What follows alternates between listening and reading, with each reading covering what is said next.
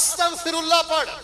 एक छोटा जा वाकया सुनाना, जेड़ा बंदा सुभान अल्लाह व बिहम्दिही पढ़दा है ओदे ते दुख आ जाए तो अल्लाह नू गवारा नहीं। जे नबियां चो एक नबी सन ते एक जगह ते ना किसी दरखत के साए थले बैठे आराम पे करते सन, तो एक कीड़े ने ना चिऊंटी ने उन्होंने डस लिया, कट लिया। उन्होंने सोचा कि कल को होर काफला आएगा, उन्होंने भी तकलीफ देंगे। उन्होंने ना अग ला के सारा जो टब्बर से ना कीड़ियां का जला दिता। अल्लाह पाक ने वही घल के आख्या, नबिया ऐ की कीता ही? एक कीड़े ने कटिया ते सारिया कीड़ियां नूं अग ला के जला दिता ही। नबिया तेनों पता नहीं है कीड़ियां भी मेरियां तस्बीह बयान करदियां ने।